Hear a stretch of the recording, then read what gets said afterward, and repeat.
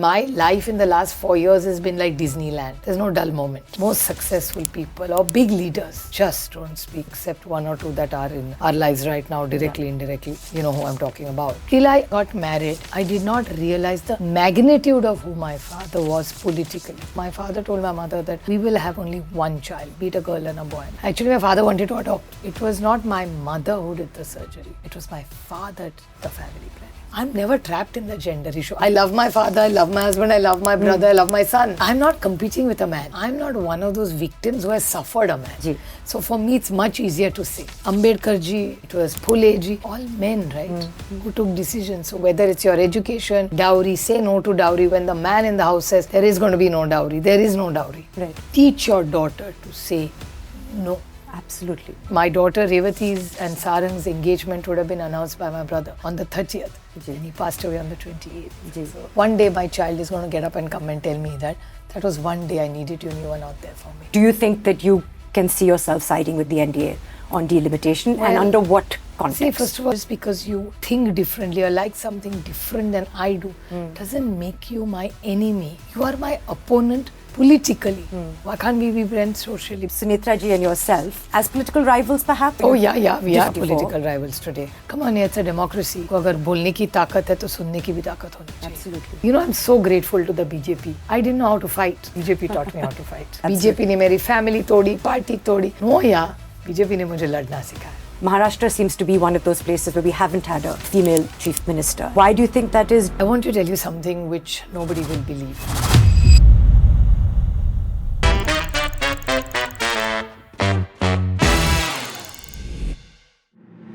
So in the last 75 years of Indian democracy, thousands of people have entered parliament. But even today, fewer than 1 in 7 members of the Lok Sabha are women. Politics has always been one of the most powerful spaces to shape a nation, and one of the hardest for women to enter. India is home to the world's largest democracy, and yet today, women occupy only 75 of the 543 filled seats in the Lok Sabha, just under 14% of the House. Even across Parliament and state assemblies combined, women make up only around 10% of India's elected legislatures. And that is what makes this conversation today so important. Because when we talk about women in politics, we're not just talking about elections. We're talking about representation, about who gets to make decisions that affect over the 700 million women who live in this country. Today's guest was born into one of India's most influential political families and yet chose to enter electoral politics relatively late. She first entered parliament through the Rajya Sabha in 2006 before being elected to the Lok Sabha from Baramati in 2009. And since then, she's been re-elected 4 consecutive times.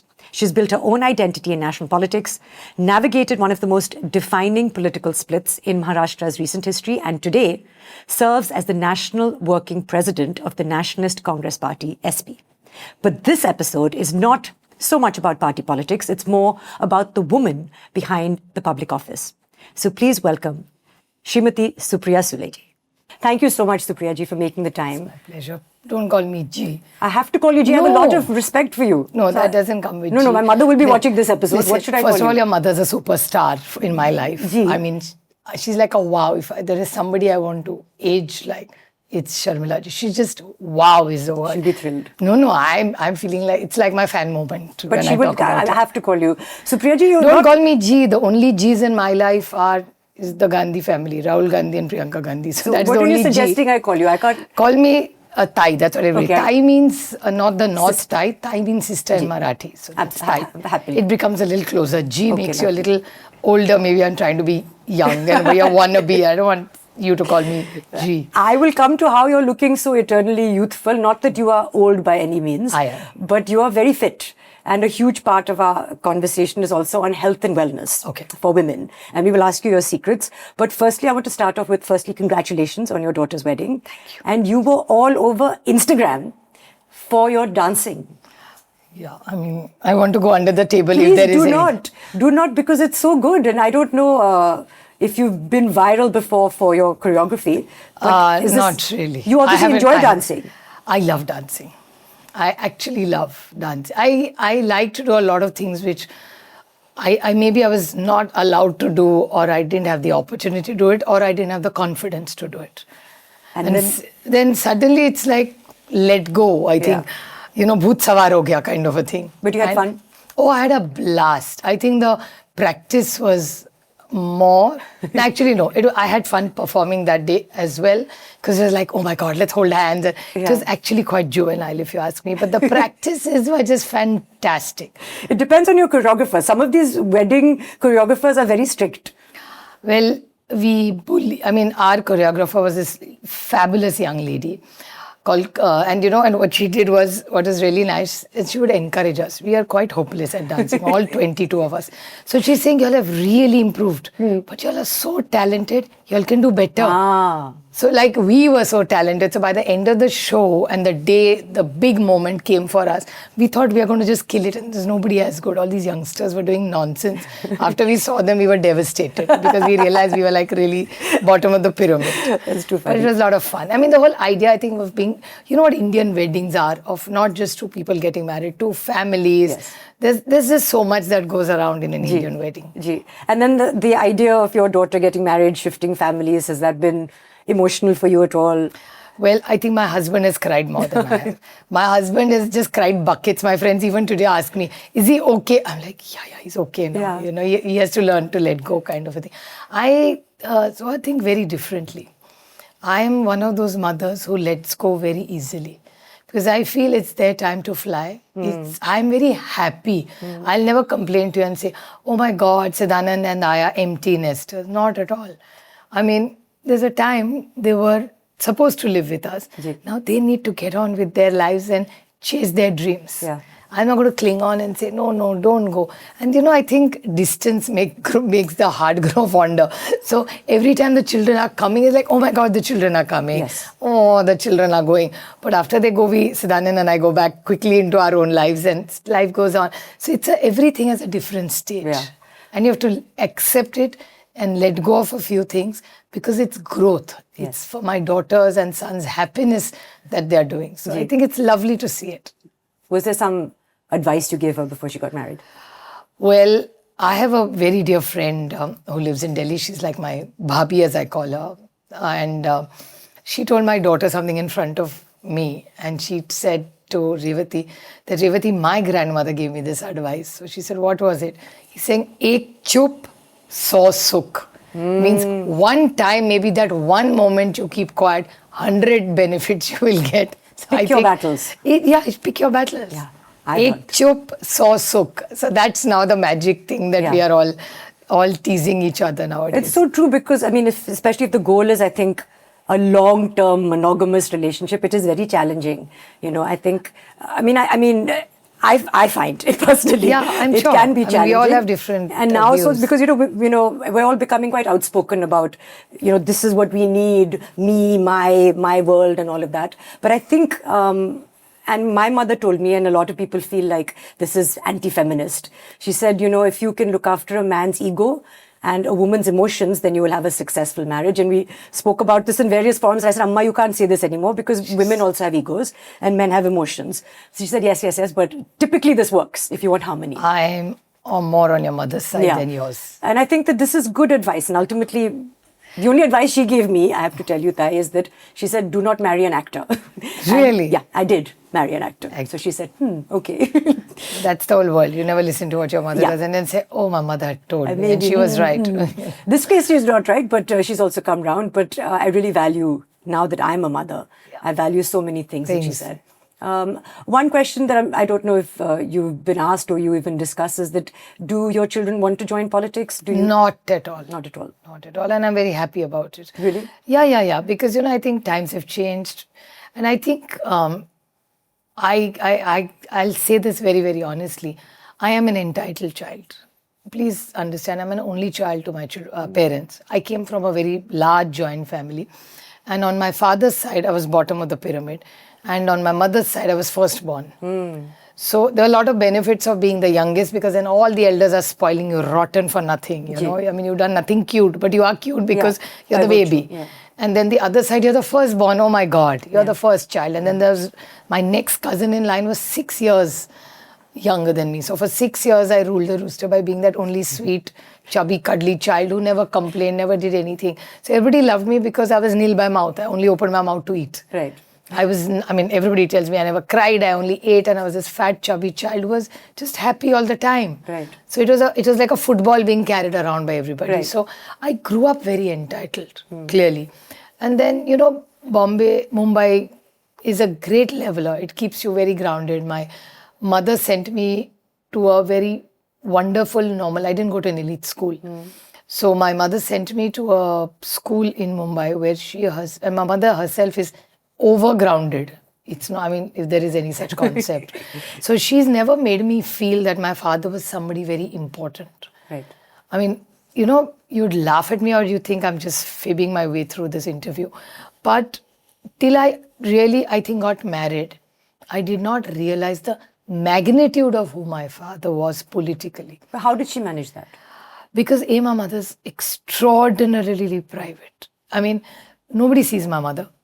She's never all there. She hates to be photographed. Hates means hates it. So she will either go ahead of my father at an event or before, because she can't bear somebody falling on her and she gets most irritated. So she'll tell my dad that if we are going for this event, either you get out of the car first or I get out of the car first.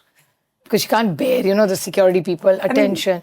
By nature, even for a family photo, I joke with her and say, when you're not there, we need one photo. So please pose. And she's like, I don't like. And when I go, please don't put my photos, Right.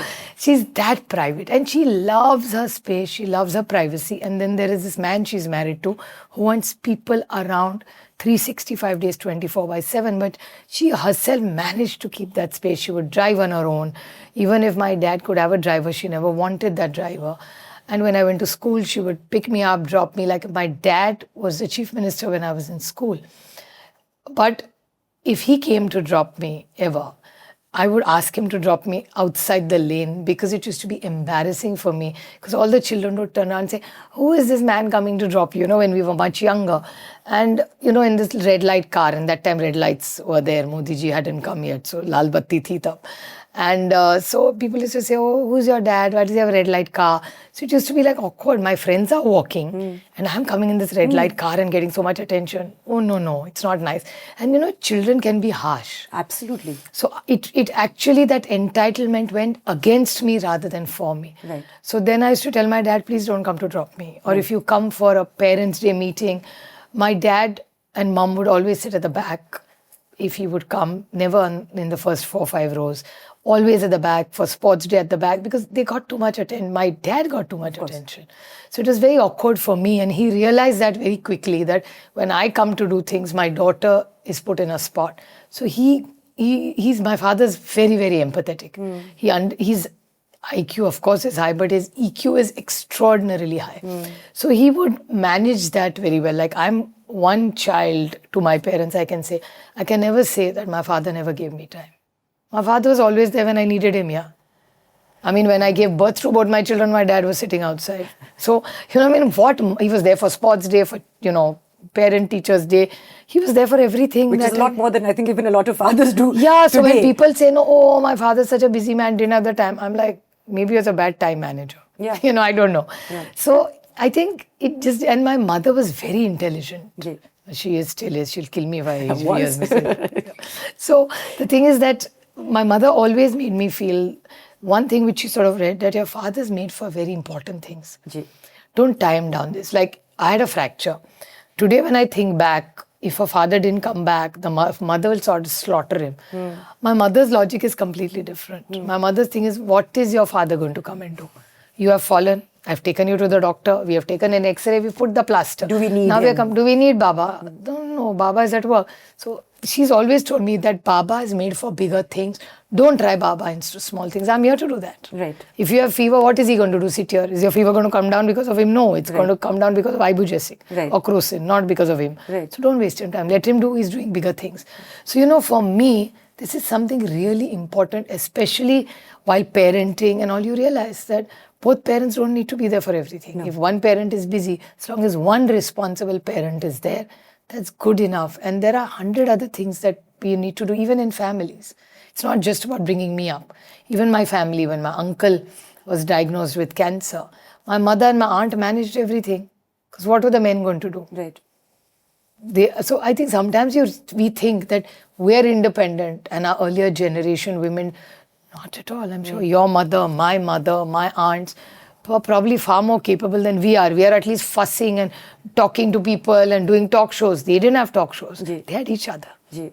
Actually, it was the opposite for me because Abba, as a professional athlete, had retired by the time I was born. So he was at home looking after us, and Amma was the one who was one parent. being there. The gender doesn't matter. And also, they were not apologetic about not being there. Also, I think today's generation is very like wanting to be everywhere. Everywhere. And a lot of, and there's one question about work-life balance. The guilt that people have. I didn't experience. My mother had guilt for not being there, and there's a lot of personal sacrifice that I'm sure you also have to make because of the demands on your work. And one cannot be in two places at one time. But that's also okay. If you create a framework that can exist without your presence, isn't that wonderful? And if your child is being looked after or if work is able to happen without you, I mean, you can't be in both places. Well, I think slightly differently about it. I used to also feel guilty. I've given up guilt. I've become shameless. Since when? For a little while now. For the reason that, I was constantly feeling guilty. But then one day I thought to myself, by feeling guilty, am I changing? Am I giving up my career? No. So why the hell am I fussing by saying, And I'm mentally prepared. I'm actually mentally prepared that one day, maybe, it may not even happen, but I've sort of told myself, one day my child is going to get up and come and tell me that was one day I needed you and you were not there for me. And I won't say sacrifice. Sacrifice is a lie. I don't know, only time will tell whether it was the right decision or wrong decision. But I think my child has that right over me. But at the same time, the Indian family setup has made me do what I have no care in the world because I know I have a husband who I can fall back on. I have a mother who's one of the best grandmothers in the universe. And my dad also over a period of time, I think he's not as busy as he used to be when I grew up.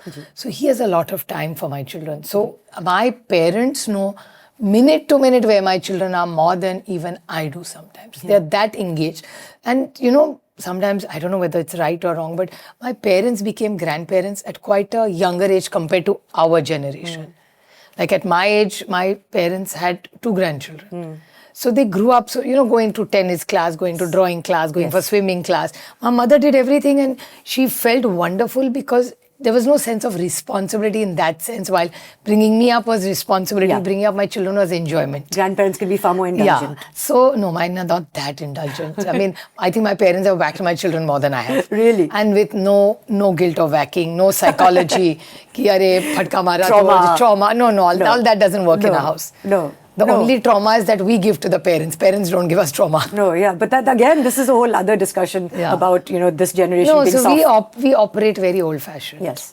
As compared to today's generation. Was there one lesson that meant a lot to you that still stays with you that your father gave you? My father doesn't give any advice. My father leaves you at the deep end and lets you. I mean, if you drown, it's stupid of you that you took a wrong decision. And if you do well, I mean, I'll tell you this funniest story. There was a time, even today, I give speeches, my father does watch them. Or now, thanks to YouTube, you can watch them anytime. If I make a mistake, the first thing, it's like a joke. If I make an important speech in Parliament and I walk into the house, he's always reading. So he'll look up and say, "You spoke." I said, "Yes." Nor will I ask, "How was it?" Nor will he say, "How is it?" If he doesn't say anything and I say nothing, means it's gone well. And otherwise, the minute I walk in, he'll put his head up and say, "That word that you used was incorrect or inappropriate." So you have to know that this is the mistake you made and this is the word you could have or should have used rather than this because this would have been more appropriate, blah, blah, blah. Done. And he's going back in his book.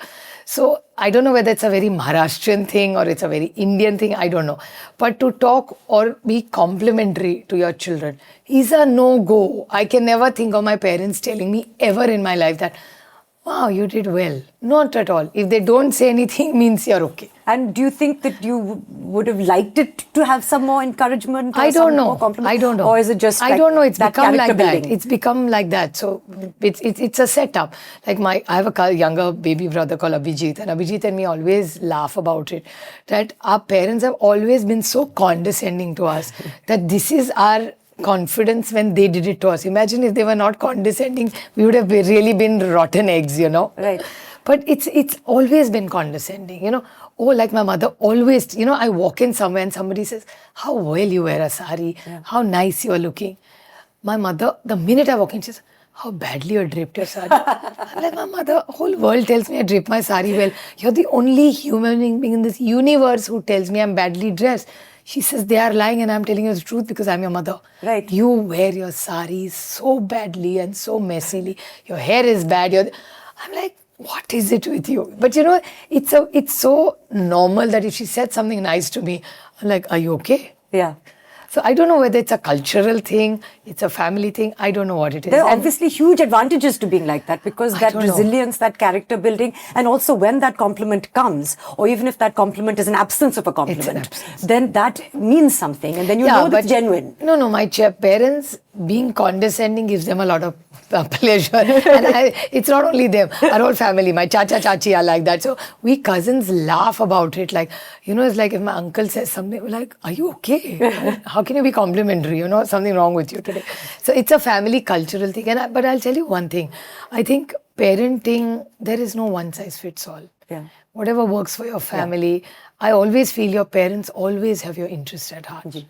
So I think, and no mother or father tells a child anything that's wrong. I believe in that.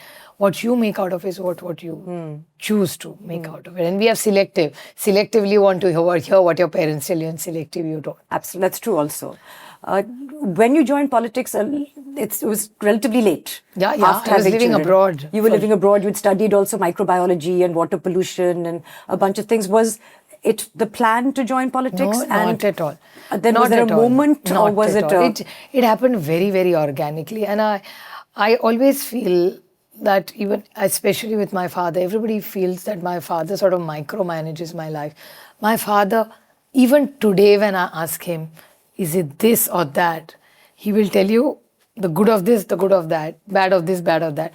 And he leaves you I always tell him, I said, he always leaves me at this end. And he lets me take the decision. I can never turn back and say that I took this decision because you told me. There's nothing in my life. Has there been ever that he's felt the need to protect you from something or put himself in? I'm sure he's done it without me knowing. Yeah. I'm sure. I'm sure. And, I always tell these that, unfortunately, my brother's no more. But there was a time, I'm sure people perceive it like that. That there's this larger-than-life father, larger-than-life protective brother, who everybody knew how close my brother and I were. So I'm sure it's not intimidating for me, but from a distance, it must be intimidating to people. So maybe they were protective in a, in an indirect manner, not directly stepping in, because I've never been in a situation where my family has to step in to do anything for me knowingly. Because I think before I talk most of the times. And life has taught me that. If you don't learn, then nobody can help you, one. Second thing that, if mota you do things within a little left, little right is okay, but till you don't cross your Lakshman Rekhas, I think life for nobody can be that hard that people, and some people, come on, it's a democracy. Yes. तुमको अगर बोलने की ताकत है तो सुनने की भी ताकत होनी चाहिए. Absolutely. So if I am going to say something which is strong, I have to deal with trolling. I don't read comments because it's a democracy. You have every right to comment. But I don't know, I'm going to spend my brain time on reading what people think about me. I'm doing something with absolute conscience. If I do something wrong, I'm happy to say sorry. It's not hard for me to say sorry because I always feel it's nice to, inadvertently I've hurt you, I say sorry and let's get on, because life is far more important, relevant than... And who doesn't make mistakes? No, I make mistakes every day. No, I'm saying everybody... No, but I genuinely make them every day. I make up my mind now. I did this yesterday. I don't want to do this again, And I have this old-fashioned way of writing a diary every day. I do too. Oh, really? Yeah. I write a diary. I only absorb things and it just... If you ask me what I did in, say, 1997 on 11th of November, I'll find my diary because they're all lined up. It'll be able to tell. No, it's a very girls' school habit. I'll limit it to that. So many questions. Firstly, I wanted to convey my condolences. The country, of course, lost a great statesman, but for you, it was a personal loss. And I'm so sorry for that. You've spoken about childhood memories. Can you tell us a couple of childhood memories of you and Ajit Pawar Ji when you were young? Happy moments? No, we've always had happy moments. Because we were very, very close. We I lived know. in the same home for many, many years. And relationships to me, I keep telling people this, and people in the political world think that we just fib. We don't. We are also as human as you are. We discuss the same thing on our dining tables. You're not scheming, like roti kha rahe ho, scheme kar rahe hai, Yeah. isko aisa karenge. No, yeah. Everybody is a normal family. And like, I remember a friend of mine telling me this. I don't know if you knew him. Shashank Manohar Ji was the head of the BCCI, and his dad is our family lawyer. So I've known him since I was a little girl. And Shashank Dada, as I call him, as a elder brother. Shashank Dada told me something when I was much younger. And he told me that, don't get too caught up with all this money, fame, and power and games and all that. And, when you're younger, you're argumentative. And I used to be. So I was like, why? So he's like, remember one thing, whether it's the Ambani household, whether it's your household, my household, or your driver's household, kachumbar kiska banta hai? So I said, kakdi ka, khire ka in Hindi and kakdi in Marathi. So he says, does Mr. Ambani eat kachumbar of diamonds? So I said, no. So he's also eating kheera na? I said, yes, he is. What are you eating? I said, kheera, sometimes tomato. Right. He said, but I am doing the same and so is your driver. Right. So beyond a point, all these things don't mean anything. Supriya, don't get caught in on this. And this has actually stayed in my life. At the end of the day, what do you really need? And for me, and I've said this even on camera many, many times, कि मेरे लिए सिर्फ रिश्ते मायने रखते. See, money, power, fame comes and goes. You've seen it as closely as I have. It's like this. Yes, absolutely. And it comes and goes, doesn't matter. But the relationships that you build both the times, in your highs and lows, really matter to me. For me, people is my biggest strength. My friends are my biggest strength. So for me, family comes first in every sense of the word. And even with my brother, we grew up together, we shared everything, just 10 years older than me. So he always spoiled me. So there was never a chance that I had to ask. Before I asked, I had it. Like my brother and me also. Yeah? Does he spoil you as much? No, he should. Then let's tell him that. Yes. This could be an opportunity to step in. Yeah. So he was very, very generous with me, more even with my children. I mean, my daughter Revati's and Sarang's engagement would have been announced by my brother on the 30th. And he passed away on the 28th. So I mean, and it's an old joint family setup. Our kitchens are separate, but you know how in India says, खाने का कैसा है, तो वो अलग है, but we all live separately, but in all good and bad moments, we're always there for each other. And politics comes and goes. Eventually, please remember, in extreme pain, extreme grief, and extreme happiness, family. You need people. Yeah.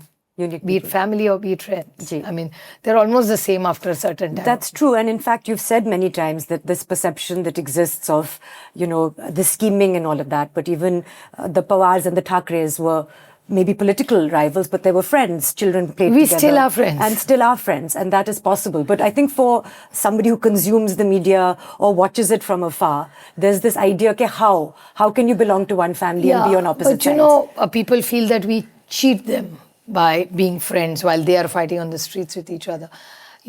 I think we need to get out of this notion that we live in a democracy. First of all, nobody should fight with each other. Just because you like these flowers and I like these, that doesn't make us enemies. I think we all need to grow up to that level that just because you think differently or like something different than I do, doesn't make you my enemy. You are my opponent politically. Why can't we be friends socially? Because there are so many other things which you and me may have in common together. It's like, there used to be a forum for malnutrition. Every party was represented and we were 15 parties together working on eradication of malnutrition. We went to every state in this country. Now, was that match fixing? No.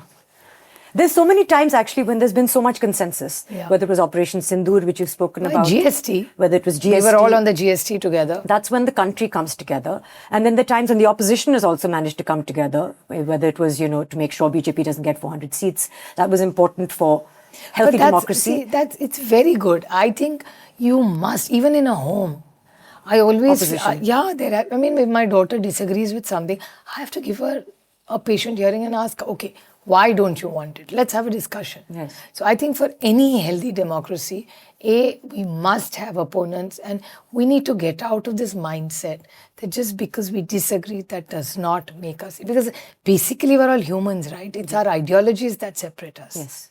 not humanity. You know, again, because I feel like the world of politics, a lot of people and a lot of our audience might think that this is a very masculine world. And this is also a world that we don't understand, or perhaps it doesn't even touch our lives for some of our viewers. I wanted to address a few things. Like you said, ideology. As a student of politics, I remember years ago, and I studied abroad, they would say, okay, this party stands for this ideology.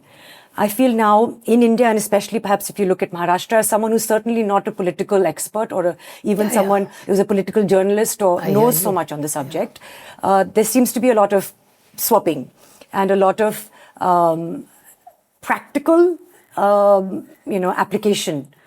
So I wanted to ask you, for someone who doesn't know much, if you look at the Congress and if you look at the BJP, if you look at NCP, do they stand for different ideologies?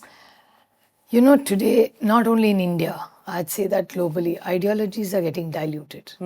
And, you know, we grew up with very strong, on our dining table, we would have arguments, and we were very young.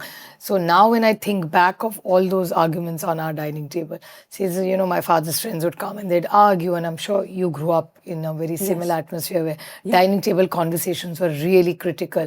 And used to at that time is to say, what are they arguing about? But today when I think back, it's like, oh my God, I'm so blessed to hear that. Yes. And to have that debate and that, I wouldn't even say discussions, I would call them arguments sometimes. Yes. The pitch would go higher and you think, oh my God, are they going to fight now? Yes. And then the tone would come down and it was business as usual. And not to cut you, but the value of agreeing to disagree. Exactly. I agree with you. But what has happened now globally, I think, ideologies are getting diluted. And there was a book like this in the 50s that will ideologies really last? And I'm going in that, I'm leaning in that direction, that really is there such a difference? There was communism, then there was, sort of a lot of people thought that communist was the only way, and you feel it sort of, except in China, you hardly see that. Of course, we discuss it, we read it, we study it. Then came capitalism. Then I'm not anti-capitalist at all. No. Because I feel that somebody has to, I'm against exploitation. But if somebody is working towards growth, there's nothing wrong in it. As long as it's shared, you're paying your taxes, I don't care what you do. As long as it's clean money, you pay taxes, it's okay to have a certain type of life if somebody wants it. It's a choice you make, right? And then there's socialism, which I am a big jolawala about all this. I always feel that if you can help, go out. I am a sucker for these schemes, I see sometimes, because I feel India is a poor country. Yeah. And it's not an equal country. How much I would like to believe it is equal. It's not equal. वो चलन जब निकलता है ना, वो गरीब का ज़्यादा निकलता है. Even with all this technology and everything, things are improving. There's no doubt. It happens anywhere in the world. But all societies take time to evolve. Is the caste system exist? Yes, it does. Whether you and I like it, we move around in a circle which is educated, and we are in that world. Is there dowry? It exists. Is there female feticide? Yes, there is, and there are people like you and me who want a son. So then what did we achieve by all the fancy education that we all got? And I came from a school thinking ki, the minute you're educated, you're normal, and even like the word liberal now, I think 10 times before using it. Because I grew up in a normal India. Now people say, oh, tum log bahut liberal ho. What does liberal mean? Can somebody spell it out to me? Just because we wear Western clothes, we go out, we have an opinion that makes us liberal. So to have a voice as a human being is liberal. What are we talking about? Ji. So I think we are lost somewhere, and we've got caught up between Shraddha, Andhashraddha, what you believe in, blind faith. So we are all trapped, if you ask me. There's too much information, and we are not even concentrating. We don't even know half the times what we want. Again, so many things, but because you said the son preference, and I know the Maharashtra sex ratio is quite skewed, and I know all the wonderful work that you've done for women rights, whether it's for widows, whether it's for against female feticide. Your parents had one daughter and stopped at one. There was no wanting to complete the family. No. As a matter of fact, that was a condition my father laid on my mother. That I come from a huge family. My father has 13 siblings. There are 14. It's like a party scene, you know. When the Pawars get together, you don't need to invite anybody else. You know, like 125 just arrive. It's like a party. Yeah. It's a joke I tell everybody that when somebody invites us, let's talk to each other. You know, otherwise only we 125 will eat, the other guests won't afford to eat. I mean, support jayenge yaar. So we actually discuss with each other, are you going? Then we'll say, okay, on behalf of the party, on behalf of the family, so and so We'll come. represent them, say, oh, 125, food bill is not so much. Yeah, I mean, 125 plates are just gone with one family, yeah. So we are a large family. We're still, touch wood, we're still very connected together. But, you know, I think India was at a different trajectory at that time. Family planning was the need of the hour. So my father told my mother that I am happy to marry you, but I have one condition, that we will have only one child, be it a girl and a boy. And my mother didn't think much of it. And she said, yeah, that's okay. Actually, my father wanted to adopt. He said, if nothing, then we'll adopt a child from the family. So my mother said, no, I mean, let's have at least one, which I would like to have. So my father said, okay, as long as it's only one. And what's more interesting is that after I was born, it was not my mother who did the surgery. It was my father did the family planning. So he never let my mother go through any of that. See, that's, so when you say liberal, that's not just chatter that you and me are very... Not just talking the talk, it's walking and the my walk. parents are very traditional, even today, in the Indian way of thinking. But they are 100 times more liberated, modern than I sometimes feel I am also, or our generation is. Because, you know, it's that time of the 70s. I don't know if you even saw those movies at that time, but your mother, of course, would definitely know. It was the time of the movies which Dr. Jabbar Patel made and Shyamji made, which, you know, sometimes I watch those movies today and I said, oh my God, they're talking about social issues, which today, if somebody showed them in the way they did, they'll burn down that theatre. Right, absolutely. While they showed it, my parents' generation saw it. They probably discussed it amongst themselves in very sort of soft tones and went on with life. They never judged those movies because they were willing to accept that there are these challenges in the society, there are these gender issues. We need to accept it, support them in whatever we can and move on.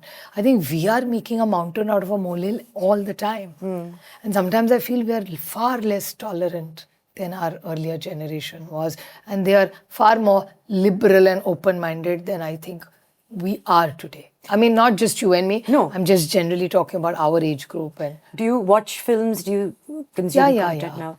I consume a lot of content. I'm a Netflix addict.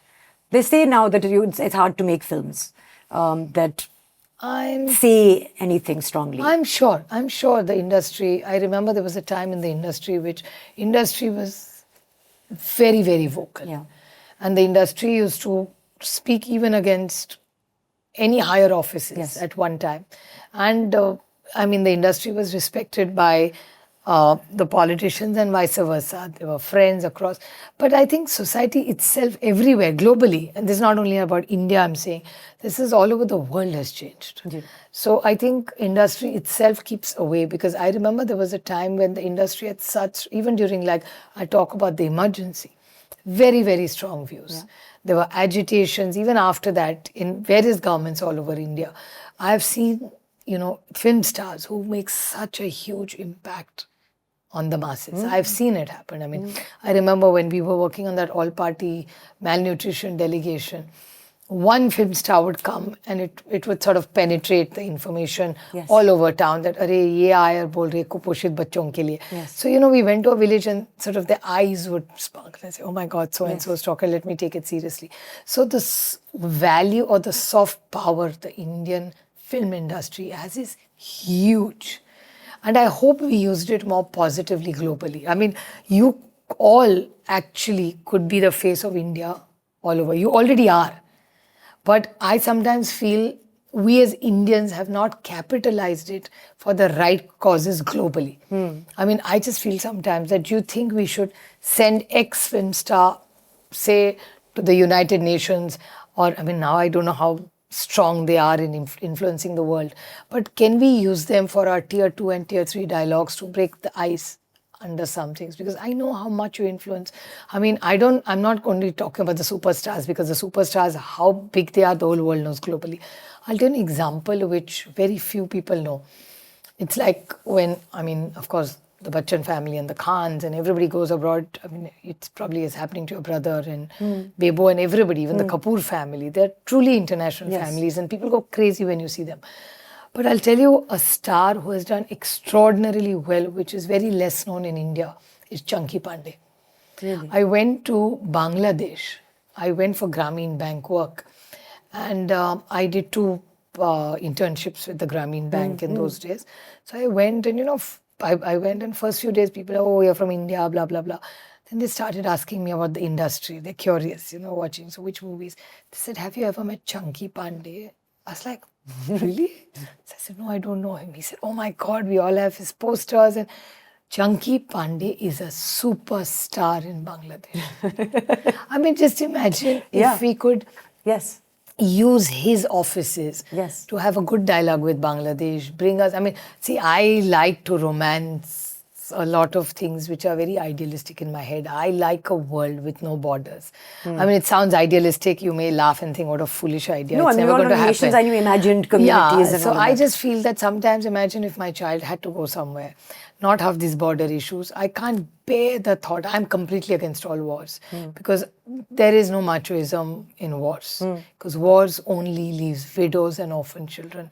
Nobody gains anything. There are no winners. Whether it's half an inch this way or that way, kya teer maar liya yaar? You're destroying somebody's life. At what cost?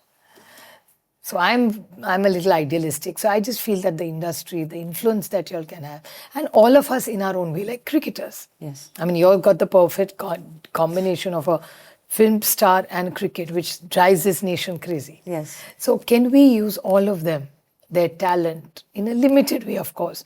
So we do the policy, but people like all this can help us build a more peaceful world, a closer world where India takes lead in building something good which could make it closer, softer, warmer.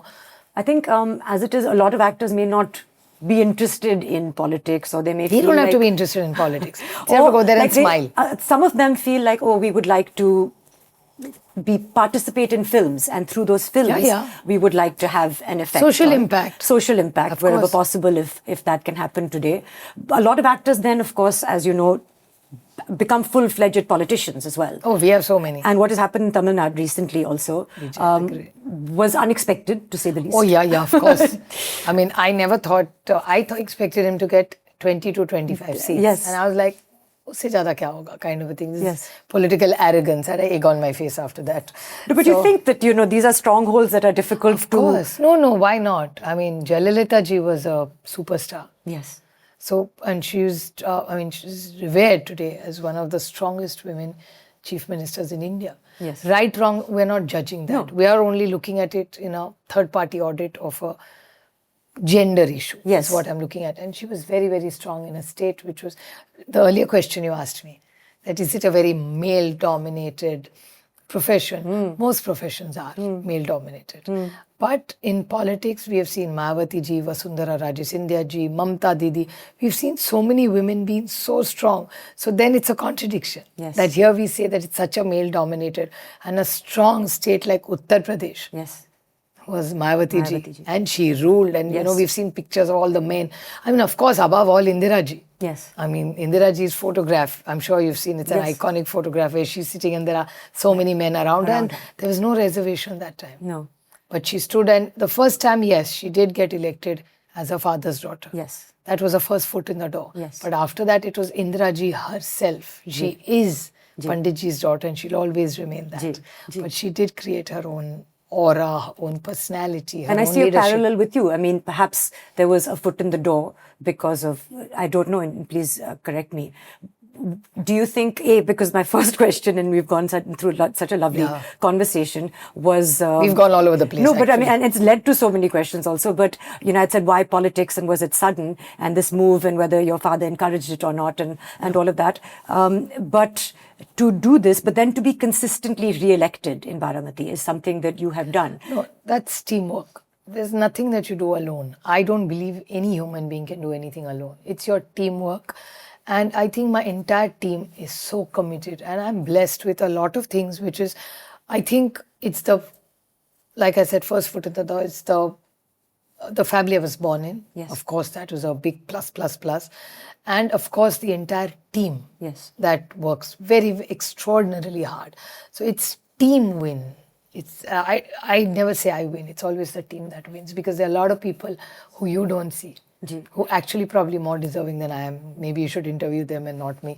But it's the teamwork that makes you reach where you are. You said we've had women in power, of course, in India. India was also one of the first countries to introduce universal suffrage. So women voting was something new. General comment or criticism has been that a lot of women inherit power, a lot of women are de facto in power, and even voters are actually not voting according to their own agency. And I know this is something that you've worked strongly with the Rashtravadi Congress, the Yuvati movement that you want to do. You want to encourage more and more women to come into politics. So one, I wanted to ask you how you've seen that progress. The other question was, currently, as of today, we have only one sitting female chief minister in the country. We do have Sunetra Ji, who's reached deputy CM position, and Maharashtra seems to be one of those places where we haven't had a female chief minister as yet. Why do you think that is? Do you think that might change? Is it something that I know you have consistently dismissed it or deferred it? Dismissed it. I am not so, in the sense that, especially in my case, I'll talk specifically about me for the reason that I don't deserve any consideration or reservation vis-a-vis being a woman, because I'm not a normal case of a family where I've never been told by my family, or even in the family that I've got married into. My mother-in-law, Anne, who unfortunately is no more, but Anne was never a mother-in-law who sort of said that, where are you going, what are you doing? No. And if you sort of sat around, you're like, how come you're home? I mean, is everything okay? Are you not well? So it was exactly opposite of what a traditional home would be. My sister-in-law, my husband's sister, Nandana Mariwala, also has a career, married into a very liberal Mariwala family. So all the women that I saw, be it my side of the family or Siddhan and my husband's side of the family, were all women who took decisions. So I was always surrounded by very strong, independent women. My mother must be, I'd like to believe she's in my father's shadow, not the other way around. But it's sometimes my father is in my mother's shadow. So, and I've never felt it being condescending, because even when we were growing up, both my grandmothers were extraordinarily strong. I mean, my mother's mother was a widow at 28 with 4 girls. Can you imagine at 28 to be a widow with 4 daughters? Her youngest daughter was 6 months old. How do you think she built her life? Yeah. How hard it must have been. And then there was this Pawar, that was my Shinde grandmother. And there was this Pawar grandmother who had 14 children, and she controlled the whole game. She died 35 years ago. Even today, if my mother's scared of anybody, it's her mother-in-law. It's like, oh, she did this. And all her daughter-in-laws today, my chachis and my mother, when they gang up, and the family says, remember, she did this to us. I'm like, she's dead and gone 35 years ago. Chhod do usko, But I think that strong will kept the whole family together, because she was so hard, and the rules and the regulations and traditions, even after 30 years, those traditions are, Bai would have liked this. Yes. So I think these are some traditions, some traits, some personalities that keep going. And I think the higher you grow in growth in anything, the lesser the gender becomes an issue. I think gender should not be the reason for any decision making the higher you go. It has to be, whether you're a man or a woman, how does it matter, as you deliver? And there's one thing which a lot of people don't like me saying, but I say it. I said, don't always run men down. Because every important decision that's impacted my life has been supported or taken by a man. Right. I vote. Baba Sahib Ambedkar, the constitution, was a man. Right. My education was clearly given by the Phule family. Mahatma Jyotiba Phule put his wife into school. Yes. And by the time you and I were born and all, there was English medium, Marathi, Gujarati, all mediums came around. So that was a man who took a decision that my wife needs to learn. So it was Ambedkar ji, it was Phule ji. Now all these people are all men, right? Who took decisions. So whether it's your education, whether it's my voting rights, whether our rights of, say, even dowry, say no to dowry when the man in the house says, there is going to be no dowry, there is no dowry. Right. So a lot of social impact decisions for our social security, like me personally, my father chose no, that we will only have one child. So my father's decision, whether a girl or boy. My father doesn't think, and you laugh when I tell you this. Nobody believes it. I still remember that day. Some things in life just stay with you.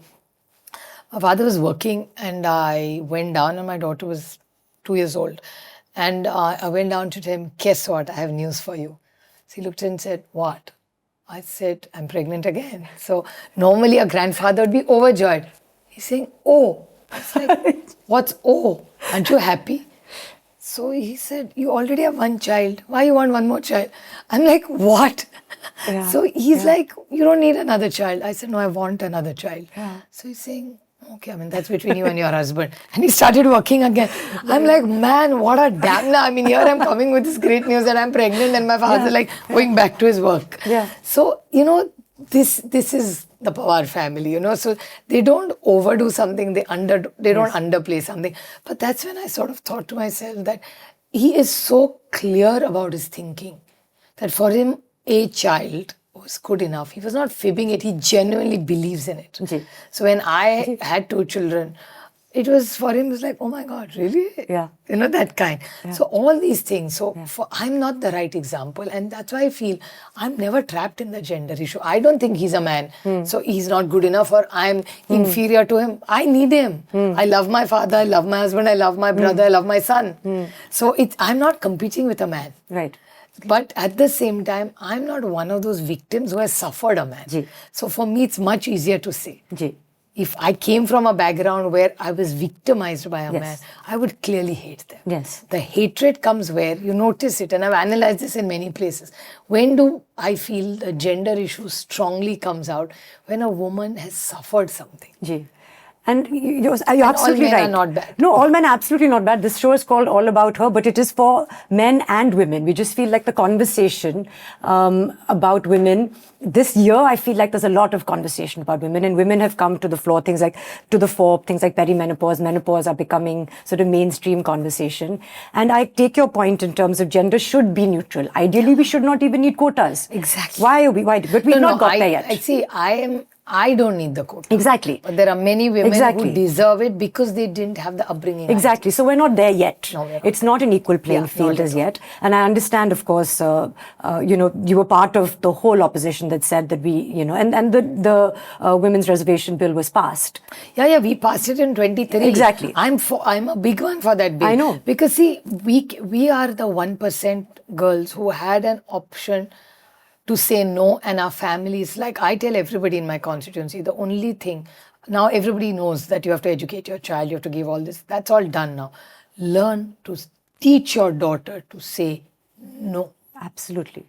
But where that starts with, for me, is I have to respect when she says no. Yeah. When she says, mujhe aur khana nahi chahiye, I'm full. हम और ठुसाते. If she understands her no has value, then she will start to exercise that. I was saying it more in the context of any exploitation. Absolutely. She should be able to stand firm enough to say no. That's what, Absolutely. or it's a dowry. I see that in girls now, especially when I go to my constituency and I have open dialogues with them. There are girls who says that this proposal came and I told my mother, you've educated me, now I will not marry a boy who'll ask for dowry. And that happens. The other day I met a father. I almost had tears in my eyes. He said, oh, we are buying a tractor, which my daughter told me. I'm like, your daughter knows which tractor to buy. I was just trying to egg him on. He said, no, I educated my daughter. My daughter's an engineer. Tinina, in Marathi, she told me. She did full research. Then she convinced me with price and the features. And then we are buying a tractor which my daughter is decided. I felt so proud. Right. And you should see the father and mother's face lit up that we've educated our daughter. She can take a decision. Interiors of homes, not just daughters. I see there are homes that I go to and I'm like, wow, you've redone your home. Says, nahi, bahu aayi na, the daughter-in-law asked for some renovation, so we did it. And like, I'm so happy. Yes. You know, the pani is coming in a tray, some nice cups are coming. I le, ware wah, lovely cups. He said, haan, bahu rani ne laya. I mean, you know, they also have pride that our daughter-in-law is coming. And I think television, Instagram, everything is even becoming more affordable. Yes. So I think people are learning the exposure. You go to a village, those homes are no more like they used to be in the 60s and the 70s. Technology has made it so equal. Like what you're wearing. I'm sure some girl in a village would wear something similar. The cost will, I mean, even if it's a basic brand here, she will get the same thing, or she'll tell the tailor, "Arey, Soha ji ne pehna hai, can you copy it for me?" And they copy it quite well. Yeah, the copying is going to scary levels also, because now people are also doing things like aesthetic plastic surgery yahan pe, and then they're trying to sort of copy it. Oh my God. Some of that, that's dangerous. Yeah, some of that. No, I'm happy till it's the clothes. Yeah, till it's the clothes. This is not at all a political discussion, because we're more interested in you as a person. But you were on the cover of today's newspaper when I was reading it today. And, you know, again, I understand, and in the context of the Women's Reservation Bill, it's something that you would like to see implemented, absolutely. That 33% is necessary. That I understand. Now, how to get it done has seemed to be a little convoluted. And this April, or whenever in March, when we had the delimitation conversation came up, everyone said, no, this is not the way. And therefore, it could not get implemented. Now, in the monsoon session, it's going to come up again, and increase seats in Lok Sabha. So I wanted to ask you, because today, I think a couple of weeks ago, when there was a meeting, perhaps with your father and Eknath Shinde, there was a lot of like, what's going on? There was no meeting, they bumped into each other. They bumped into each other. You said storm in a teacup, and that was done. But every time there's a meeting like this, everyone goes into like, what's going on, who's going where, there's a realignment happening. One question is just, how exhausting is it to constantly have to address these rumors, and do you need to actually address them? It's like sort of an affair in Bollywood. Will it go away if you don't say anything, or does it need to be? And what is that personal toll on you? And the other question is, again, the realignment, or if, for example, on demilitarization, and you've come up with a very strict, what's the right word? Statement. A statement saying 50% seats every state. No, that was something that was proposed to us last time. Okay, so one thing is the political exhaustion of that, the personal cost of that. And one thing is, do you think that you can see yourself siding with the NDA on delimitation, and under what context? See, first of all, there's no bill that is proposed to us. So we are all talking about, and the best part is the item that came yesterday in the newspaper was something which was not, nobody's consulted the party on. So if the party hasn't made a statement, how can everybody believe something which is coming from a source? We're a political party. Ask us, we'll give an answer. So because of that, I realized everybody was going crazy yesterday. So I had to step in and clarify the stand of the party, which I've clearly, that there is no bill. It's like hypothetically you're telling me, Supriya, should we have dinner tonight? So I'm like, let me check my husband. I don't know what our plans are. It's as soon as that. So you've not even, like, so he'll say, oh, are we going for dinner to X place? We've not even done it. You've not even asked me for dinner. Right. It's literally that to it. Right. So if there is no bill proposed by Government of India to us, how can we react to it, first of all? B, I'm a big one for dialogue with everybody. That doesn't mean just because I'm in dialogue, I'm changing sides in a democracy. Right. You must engage. Right. Like I'm on 3 joint parliamentary committees. Some I agree, some I disagree. That doesn't make me that I'm selectively going with the NDA and selectively not. No. The GST bill, the income tax bill, we unanimously passed it. Even Congress was a part of it, and so was I. Because we wanted those changes in GST, we wanted some changes in the income tax law. We did it, unanimously did it. Does that mean Congress and BJP have some cooked up and become one? The answer is no. So, you know what has happened, unfortunately, in India? As I told you, ideology is very diluted, as we discussed earlier. There is something called policy, which we have forgotten completely about. And then there is politics, which is sort of ticking here. Now, this policy making and politics has got jumbled into each other. Just because there is one good policy, which I may agree, doesn't mean I'm joining NDA. And I think we all need to be mature enough that country first, then comes your state, then comes your political party, and then comes your family. So if you are doing country first, or like you earlier said, I don't say it in the order you say. For me, it's the Pahalgam attack happened, then Operation Sindoor happened. I haven't forgotten the Pahalgam attack. So Operation Sindoor is a good example of good leadership of India first. We are all from different political parties, but that time when we went, we spoke about even Modi ji as our Prime Minister. Prime Minister, he is as much a Prime Minister of yours, mine, as he is of the BJP. So, I think we need to grow up to that level.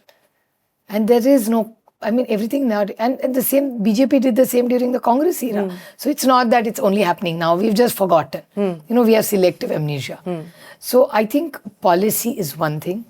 Your ideology, which is getting diluted, because I myself am disillusioned about ideology, because I'm not sure, what is really the difference now left amongst all of us, except some taking extreme stands, which are not. Right. But does that ideology really, of the BJP, the original BJP that I know, these activities that I see, which are not in the best interest of the country, are not BJP ideologies. BJP was one of the finest, educated, well-versed speakers BJP had. You refer to Sushma Swaraj Ji. Sushma Ji is like my guru, and I say this again and again, because for me, Sushma Ji, Arun Ji, Atal Ji, Advani Ji, now everything that they say, I may not agree, but there was a lot they said, I even today agree. Yes. Because that is the liberal word which we now hesitate to use in this country. So I always see, I watch Sushma Ji's speeches even today. Yeah. Because she was a very balanced woman. She always put India first. Yes. The banter between her and Manmohan Singh Ji, it's so cute. Yes. Yeah. And it was real. And this is what a mature democracy is all about. If you talk, you have to listen to. But do you see these political values being diluted today? Do you think that clearly they're far more diluted. So for me, the bill hasn't come. Unless you ask me for dinner, how can I tell you whether I'm free or not? But can I ask then, suppose it's presented as simple as that. If it's presented as 50% increase in all states. It's not just 50% enough. How are you going to implement it? Yes. That also is very critical. There has to be a formula, right? That formula, there is no clarity. So last time when we had the discussions, the entire opposition was agreeing to come up with something. But see, a plan looks beautiful on paper, but how are you going to implement it also matters to me. So that is something which we don't have clarity on. And my point is, if government wants to do something, talk to us. We're also willing to hear. Why does everything have to be a war? Why does everybody angry with each other in this country? I see that all the time nowadays. I actually feel India, from a very peaceful, peace-loving, giving, caring, empathetic culture, is slowly tilting towards an angry culture. You watch television. Every third news of somebody beating someone. This was not the case when we were growing up. I didn't see fights on the streets when I grew up. But today you see them a lot more than what you used to. Do you think that, one thing I just want, does everyone agree that seats need to be increased because 1971 census was a long time ago? See, can there be some realignment? It may be in the larger interest because our constituencies have become huge. Yes. I represent 25 lakh people today. Yes. I started at 13. Yes. So could that be, but then the question is that suppose we do that, then all the populated ones will benefit and the ones will be penalized. Which actually the states which did well with population will suffer, which is not fair. So we cannot have it on population. So what is the way? Let's put our minds to it. Okay. My request to the government is that if you have a good bill, let's have some discussion, let's debate it. We're all on the same side because eventually we're all looking at the larger picture, which is India. Like I said, Operation Sindoor, like you mentioned, we really went all out together. You said, just coming back to the Chief Minister question, one thing is, do you think women in power would focus differently on things like education, infrastructure? You said it's gender neutral when you get to that level. Yeah, because see, education, one of the finest education ministers in India, if you go by data in the last seven decades since independence, have been men. You see all the data. So I think we are being unfair to the post as well as the gender. Because there are a lot of, like women's reservation bill was brought in, discussed first by Rajiv Gandhi ji, and it was first implemented, the first state to implement women's reservation bill was Sharad Pawar in 1994 in Maharashtra. So now think about it, both men, right? They did think that we need reservation in India, women need that opportunity, and it happened. So this whole banter that, oh my God, only a woman will give rights if she's in that position of power. It's not the case. I mean, I'm too gender neutral the higher you go. I just feel it doesn't matter. You need an empathetic leader whose heart is in his work. And it is possible also to be... And men can have a lot of Absolutely, emotions. absolutely, of course. But do you think it's possible to be soft-spoken and to be a chief minister? Yeah. I mean, some of the things, you say you have to be a little confrontational, you have to be a little loud. Not at all. Most chief ministers, by the way, don't talk. Most successful people don't talk. They listen. Yeah. You go by this data. Most successful people that I know, I won't say men or women. I was about to say men, then I realized, no, I know some women also like that. People. Yeah, most successful people or big leaders, Yeah. most big leaders, except one or two that are in our lives right now, directly, indirectly. I mean, we don't know them, but you know who I'm talking about. He talks every day. But which impacts the globe. Yes. So it actually scares me when he's talking. Yes. Because I feel, oh my God, because he controls the world, sometimes he feels. But most leaders that I have seen are very, very soft-spoken and they just don't speak. If you get 3 words out of them, it's like, wow. But speaking of... And that's not just leadership in politics, leadership in general. business, leadership in a home.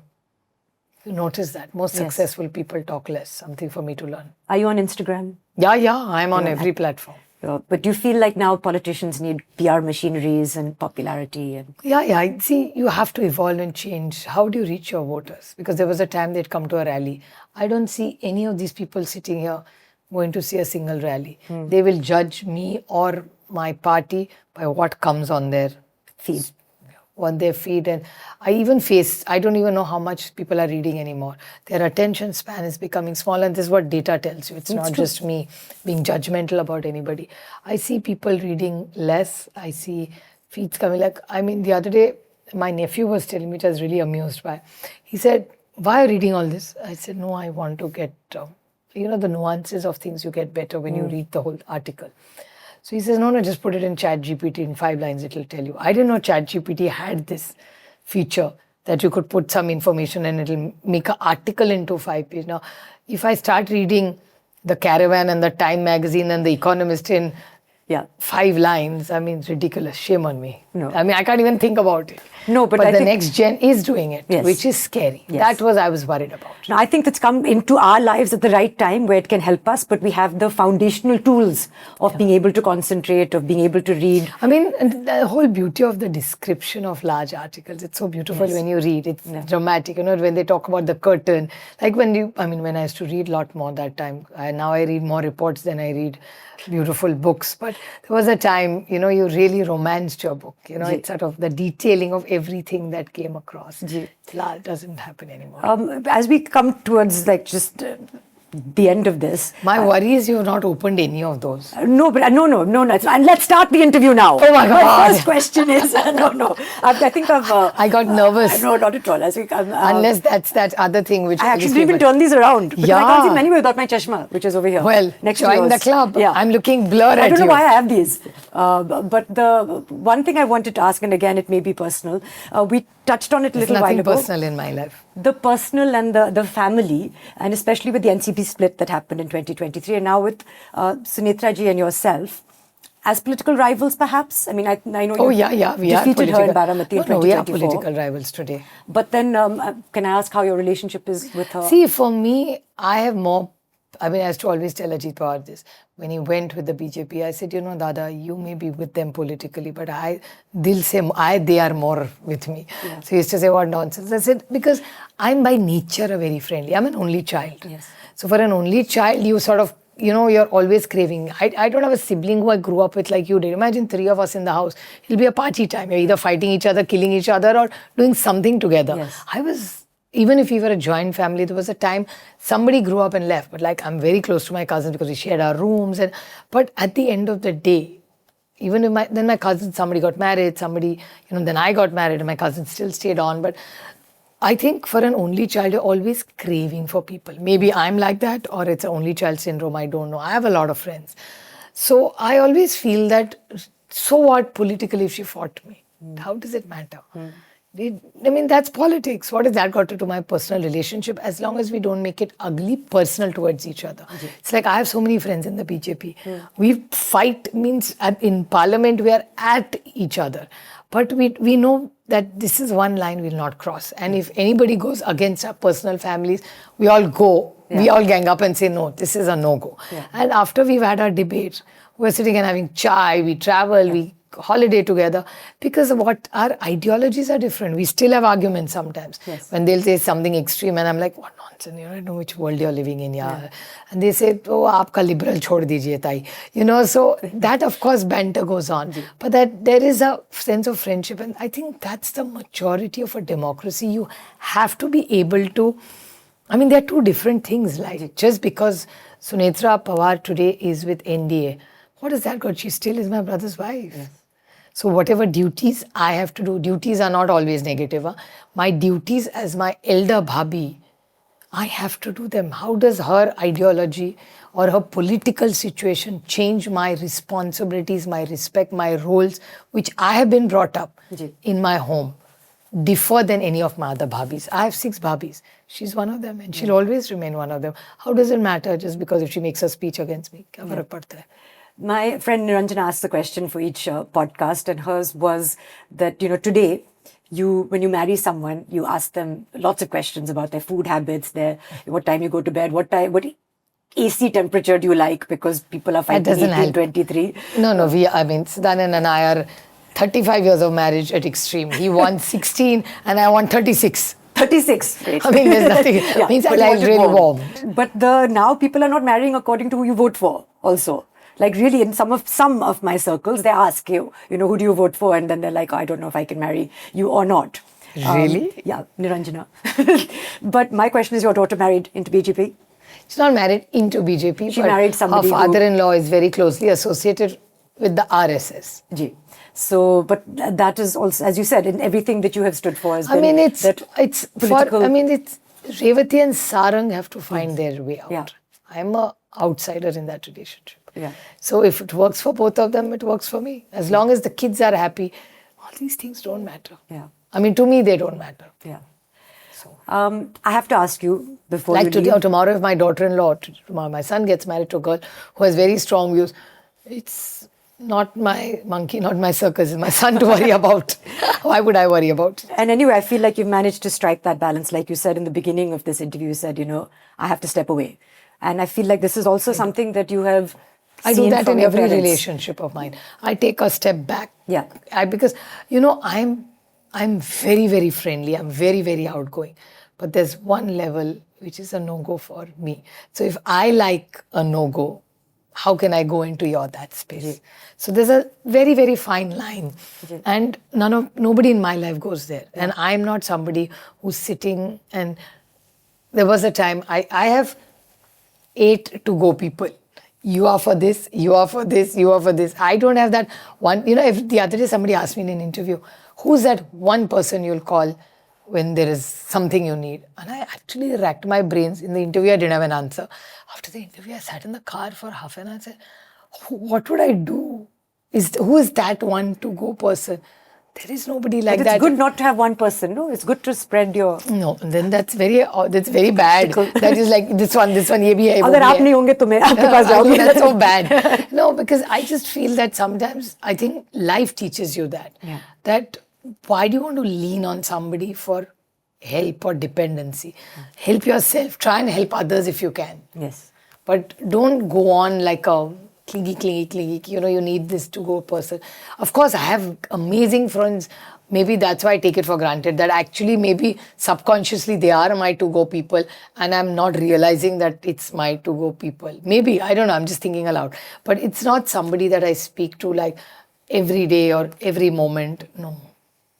Are there things that, again... Because the situations keep varying, the circumstances keep varying. And my life in the last 4 years has been like Disneyland. There's no dull moment. So it's like there's a roller coaster, boom, boom, boom, something keeps happening every day. And it becomes your new normal. But work-life balance, which is something that we talk about a lot also, as woman to woman, no concept. But that public-private you is sacrosanct to you. What is public and what is private? In my case, what can I? First of all, there is no public-private for nobody in this room who's sitting here, nor your cameraman also. Because when he goes out, there's that. Right now, there's a camera.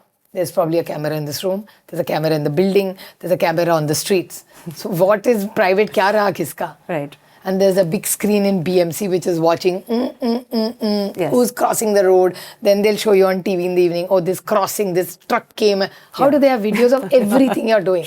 Yeah. I'm just hoping the public loos don't have cameras. I mean, that's the only place. I don't think they're allowed to, no? I mean, there are many things that are not allowed in the world that they keep happening. Can I ask you again, as we come, if you were chief minister, hypothetically, for a day, I and I don't know you reply said, to hypothetical I know you said answers. dinner, unless you're asking me out to dinner.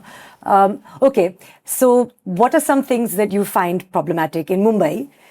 I'll ask you because this is your expertise also in water pollution and infrastructure. Maybe to make it easier, I'll say if you are in a position to take a decision and influence. Okay. I'm sorry. And action. I'm bullying you. No, if you were in a position to influence, take a decision, yeah. then what are perhaps 3 things in Maharashtra? And I ask Maharashtra also because it's not just Mumbai city. Yeah, and I know what that. you do. I think 3 things which I think any country needs for that matter. First, given the way the world is going, is the water situation. For me, it's something really, really critical because I feel I'm not such an infrastructure person. I mean, I don't get influenced like, wow, this bridge and this concrete jungle and all. It doesn't excite me so much because I just feel that till my basic amenities are answered, this glamour doesn't affect me so much. I feel that every citizen deserves clean access to clean drinking water 365 days, 24/7, be it a farmer or be it Amitabh Bachchan staying in Mumbai. So Amit ji needs water, my farmer needs water. They are both my citizens. They both live in an urban and a rural India.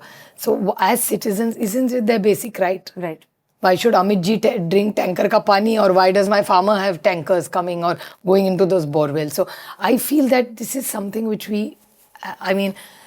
of course, the global warming situation, and we are clearly responsible. I don't blame anybody else.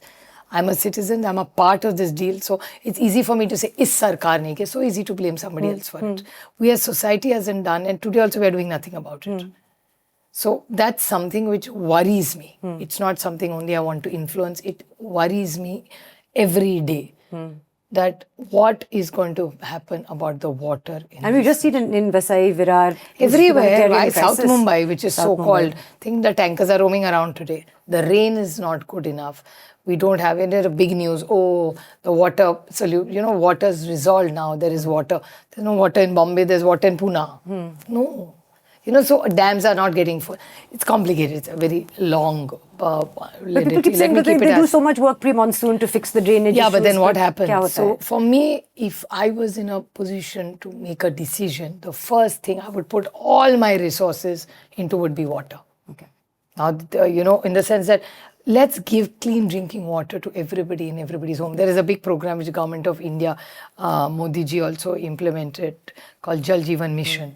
And Jal Jeevan was something which I must say, even if I'm an opponent, it was very well intended that har ghar nal hona chahiye or jal usko milna chahiye, which is a very fair ask. Government put into a lot of resources, but it's so badly implemented in the country that the pipe is there but there's no water. You've dug the ground where there's no water. If there's no source, what will you do with the pipe and the null? Null to tumhare ghar mein pahunch gaya, lekin jal nahi aaya to uska kya karoge? So this frustrates me in India and this upsets me that there are resources, there is no water. How will the water reach?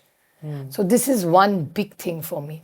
Second, for me, I think the only way we'll all be equal and out of the gender issue is education. The minute your education, a good chapa here of some good college. See, when a woman comes in from IIT, IIM, will say, Acha, IIT gayi thi. People will immediately take you seriously. So I think education is something, clean drinking water are 2 things which are most critical for any growth of any country. And the other is livelihoods. Yes. Just not education is not good enough. I have to give you livelihood. After you come out of college. Equal growth of everything and creating opportunities for people to earn. I just feel that I told you at the beginning of the interview that I'm not a helicopter mom. I like to let go because I want my child to fly on her or his own. Let them make mistakes. It's okay to make mistakes. If I make mistakes every day, why should my kids? As long as those mistakes don't hurt anybody, it's okay to make a mistake. So, you make a mistake, doesn't matter. You fall, you get up, you realize why you fell. You make sure you don't fall again and you get on with your life. So, how do we skill our people to create wealth for themselves and the nation, which is not necessary only in urban India? These opportunities should be equal to that last person at the bottom of the pyramid. And why should anybody be at the bottom of the pyramid? So in this whole growth story, we have to, of course, then since you only gave me 3, I have medicine, affordable medicine. So there's a lot that needs to be done. But if you told me, what's the first 1 to 3 wishes? I'm giving you 3 wishes. What do you want? This is what I want. And lastly, the agrarian distress, only because it was in the papers again today, another electricity sort of dues have been waived. I'm not loans sure. Have been waived. I'm not buying that story. As a matter of fact, I'm going to do my homework. Because he said 49,000 crores to be written off. Crores. I'm not convinced. How the government doesn't have that kind of money. So which is this loan waiver? I'm going to do some deep dive into it. Because I don't buy these things as easily. Let us know.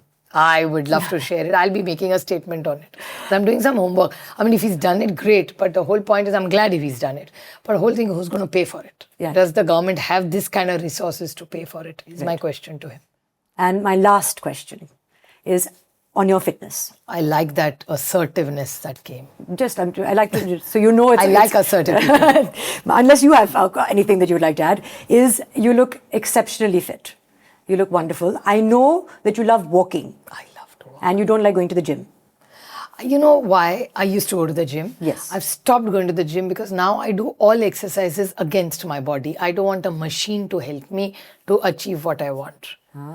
I want to do it. I do yoga. I do Surya Namaskar. I do everything. Cycling. I don't like those fancy bikes. I use a normal cycle. So I like to do everything which is challenging my body, my mind and my soul. And to do those rallies and to walk in the sun. And I love them. So I love to walk in the rally. What nourishes you? I want to tell you something which nobody will believe. There is no such word in English, but I'll create it today. I was the shyest human being in the universe. When people came to my home, I'd hide behind my mother and I used to hold a pallu and make a mess out of it. And my mother used to get most upset and say, here I've just got dressed up, we have guests coming and you've ruined my sari, So, and I could not even say hello to anybody. Wow. I was that shy as a girl. I can't imagine. Please trust me, believe me, that's why I told you people think I'm fibbing. So, I was so shy, I didn't want to meet a third person except my parents, my cousins, my small little world. And then I always tell everybody there's a time that my mother used to get angry, and today that same mother comes from the back, holds my pallu and says, "Bas, aaj thoda zyada ho gaya." Actually, it's become like, my mother is my biggest critic in the world. So every time she says, you know how intimidating you are. So I'm like, really? I think I'm so sweet. She said, not at all. You're not sweet at all. You're very intimidating. So I asked her, I said, how am I intimidating? She said, look how you walk into a room. I said, how do I walk into a room? She said, you open the door and you're like, what? So I said, really? So she said, yes. She said, you're supposed to walk into a room and be polite. I said, Ma, I think I'm very polite. She's saying, that's what you think. You are most intimidating when you walk in. People are like, oh my God, she's walked in. So, I actually did a survey. I asked my people, my friends in Delhi, my friends in do you think I walk in? Do I walk like this? My secretary, poor thing, says, not as much as she's saying. She's probably trying to save her job. But it's not as warm as you think it is. I'm like, diplomatic. Okay, I got the message. That means she's right. So I sort of, sometimes when I'm knocking a door and, subconsciously these things play on your mind. Okay. You know what your parents tell you always sort of deeply, and I'm like that. I think what my parents tell me sticks to me. So it plays on my mind subconsciously. My mom has said this. My mom said my sari is bad, my hair is bad, my this is bad. I'm careless. I'm like this. I'm like, I'm really a badly made piece. Then I sometimes tell my mother, ये production की गलती तुम्हारी है, मेरी नहीं है. You produce me so bad. What can I do? So, and I open the door and should I try and be gentle now? So, all this. So I think I was a very shy and my mother tells me that if I chucked a ball, I'd tell that ball, come, come, come. I was so lazy. And today there's not a minute I can sit. The only time I sit still is when I sleep. I'm doing something all the time. I work 7 days a week and I love it. So I'm a contrast. If it happened to me, it can happen to you. It can happen to every viewer here. Yeah.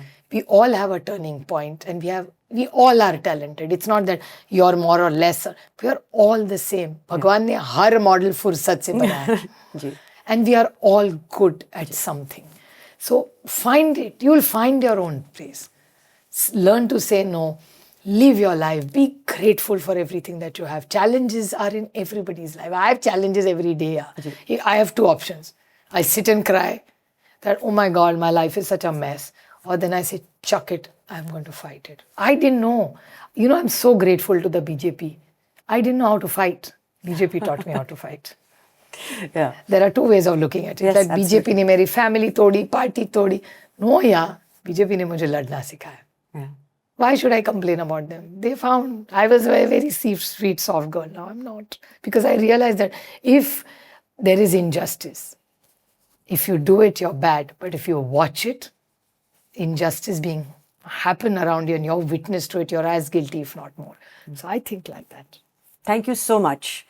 It's really been wonderful talking to you. I don't think you're intimidating. I think I've interviewed lots of people. I'm sending it to my mama. No, at all. I didn't feel like there was a question that I couldn't ask you. And I haven't always felt that way. We have no reason not to ask. I'm in public life. I'm accountable. And I'm happy to be accountable. I love being accountable. And thank you so much, Tai, for being on today's conversation. I think, we see you on the news and headlines giving interviews, but today it was just very nice to get an insight into just the woman, the mother, the daughter, the wife behind that image for us. And thank you for taking all the time for being here today. And to everyone watching, thank you so much for tuning in. If you enjoyed this conversation, then please do not forget to like, to share, and to subscribe to All About Her. And we will be back very soon with more inspiring stories. Until then, take care and see you in the next episode.